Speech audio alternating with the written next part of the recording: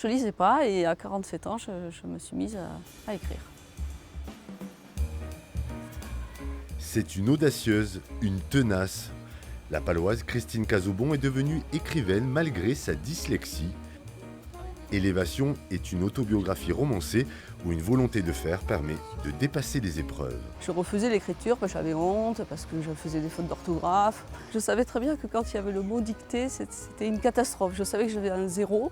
Quand j'arrivais en cours de français, j'avais le nœud au ventre, étant donné que j'avais justement peur que l'institutrice me donne la parole, c'est-à-dire qu'elle me demande de lire un texte à haute voix, parce que pour moi c'était vraiment compliqué, je n'y arrivais pas.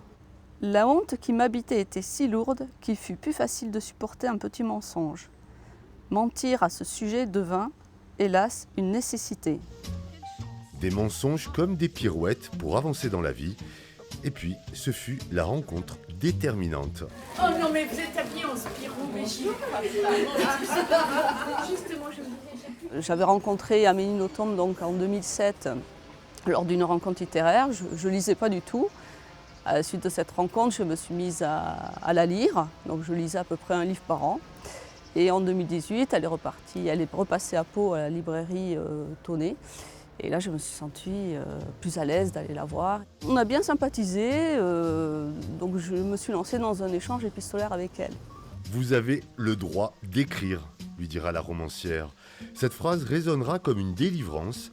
Christine Cazobon va alors se lancer dans Élévation, un ouvrage qu'elle dédie à tous les 10.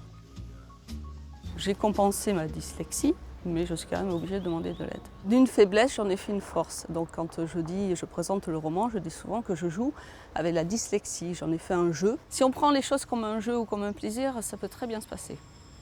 Et là, je vous assure, à partir du moment où ça devient un plaisir, vous dépassez toutes les limites. Christine Cazobon travaille actuellement sur un recueil de nouvelles.